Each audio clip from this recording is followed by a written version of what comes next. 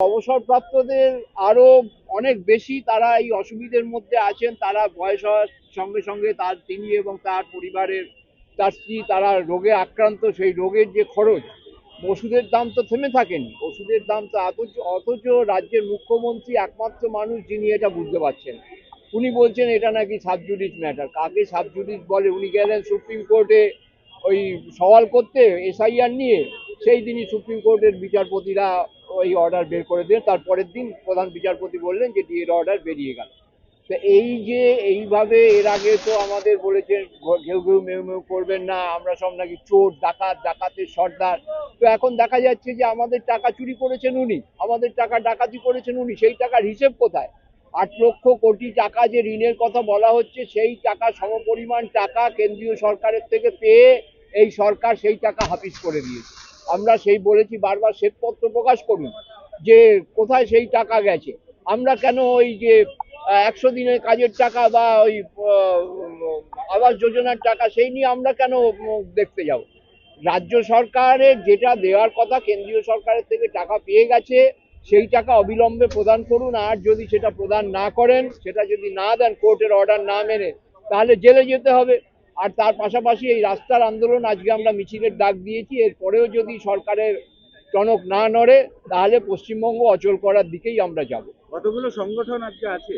আজকে মূলত সংগ্রামী যৌথ মঞ্চ এবং কর্মচারী পরিষদ, এই 3টে সংগঠন এই যৌথভাবে এই আন্দোলন ডেকেছে। তার মধ্যে সংগ্রামী যৌথ মঞ্চের সঙ্গে আছেন 64টি সংগঠন, যৌথ মঞ্চ তাদের সঙ্গেও আছেন প্রায় 50টি সংগঠন, এবং কর্মচারী পরিষদ সংগঠন হিসেবে আছেন।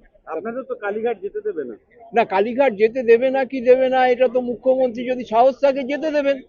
ওনার তো সেই সাহস নেই। উনি তো হচ্ছে চরম ভীতু একজন মহিলা, যিনি বেশি চিৎকার করেন যে আমার এই হাতে গুন্ডা আছে, অমুক আছে, তমুক আছে। ওনার সাহস থাকলে বসুন না গিয়ে আজকে, যেমন ডাক্তারদের সাথে বসেছিলেন। ওনার সেই সাহস নেই আমাদের মুখোমুখি হওয়ার, কারণ সংগ্রামী যৌথ মঞ্চকে উনি কোনো টাকা দিয়ে কিনতে পারেননি। জোর গলায় বলছে এই কথা, বারবার আমাদের এই তাঁবু, শহীদ মিনারের তাঁবু ভেঙে দেওয়ার চেষ্টা করেছেন, ব্যর্থ হয়েছেন। এবং ওনার যদি সাহস থাকে, আবারও আপনাদের সংবাদ মাধ্যমের মাধ্যমে বলছি, ওনার সাহস থাকলে মুখোমুখি হন সংগ্রামী যৌথ মঞ্চে। অবিলম্বে হকের নিয়ম ফিরিয়ে দাও।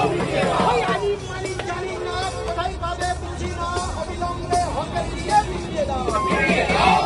পরিষ্কার নিয়ে আইনি অধিকার নাই সঙ্গে দাও। সুপ্রিম রায় মেনে নাও, হকের নিয়ম ফিরিয়ে দাও। সুপ্রিম রায় মানবে না, রাজপথ ছাড়বো না। সুপ্রিম রায় মানবে না, রাজপথ ছাড়বো না। সুপ্রিম রায় মানবে না। পেছনে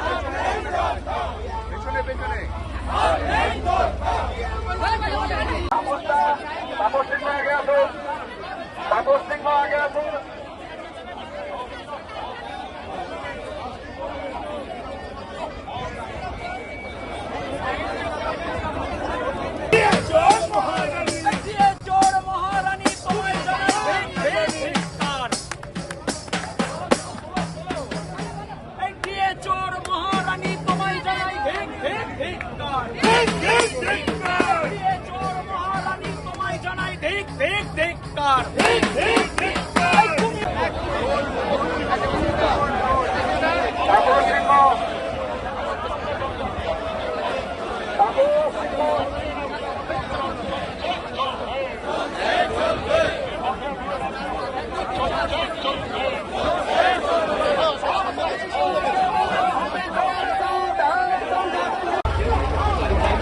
গাড়ি এখান থেকে ঘুরিয়ে নিতে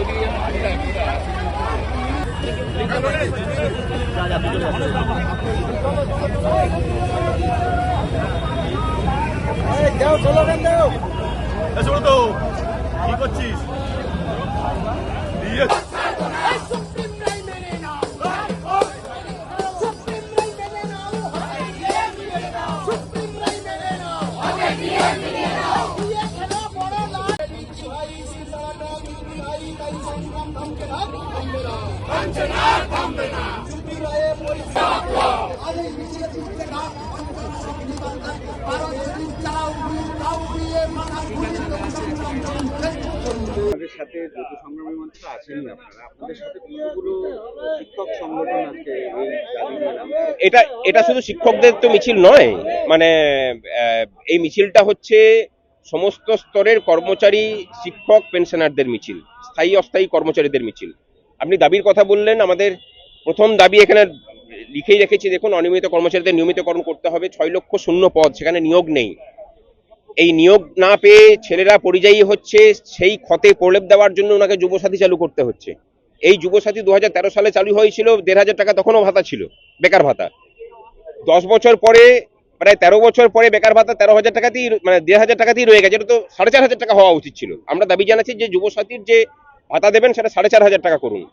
আর সুপ্রিম কোর্টের রায় মেনে ইমিডিয়েটলি 25% দেওয়া, বাকি 75%কে দেওয়ার জন্য যে কমিটি করেছে সেই কমিটির সাথে কোঅপারেট করা, এবং কারেন্ট যে ডিএ বাকি আছে 40%, সেই ডিএটাকে মিটিয়ে দেওয়া। এই সমস্ত কিছু নিয়ে আজকে আন্দোলন। জমায়েত যেভাবে লোক বাড়ছেন, তো বেশ ভালোই জমায়েত হচ্ছে দাদা, কিন্তু পারমিশন নেই, পুলিশ আটকানোর একটা ব্যবস্থা আপনাদের করা হয়েছে, কি হবে বিষয়টা? দাবিটা কি যে জায়গায় পৌঁছে দিতে চাইছেন পৌঁছাবে? পৌঁছে তো গেছেই, পৌঁছে গেছে বলেই তো পারমিশন দেয়নি। আর আরেকটা কথা হচ্ছে যে এই মাননীয় মুখ্যমন্ত্রীর, পুলিশের, প্রশাসনের কাছ থেকে কোনো পারমিশনের ধার আমরা ধারি না। এটা হচ্ছে প্রথম কথা, শুনে রেখে দিই। স্বাধীন দেশ, এখানে শান্তিপূর্ণভাবে প্রতিবাদ করার অধিকার যে কোনো নাগরিকের আছে। শুধু ইনফরমেশন দিতে হয়, আমরা ইনফরমেশন দিয়েছি। পুলিশ পারমিশন দেবে না দেবে তার জন্য আমরা ভাবিত নই। মিছিল হবে এবং মিছিল যেখানে গিয়ে আটকাবে তার মানে প্রতিবাদের ব্যবস্থাও হবে।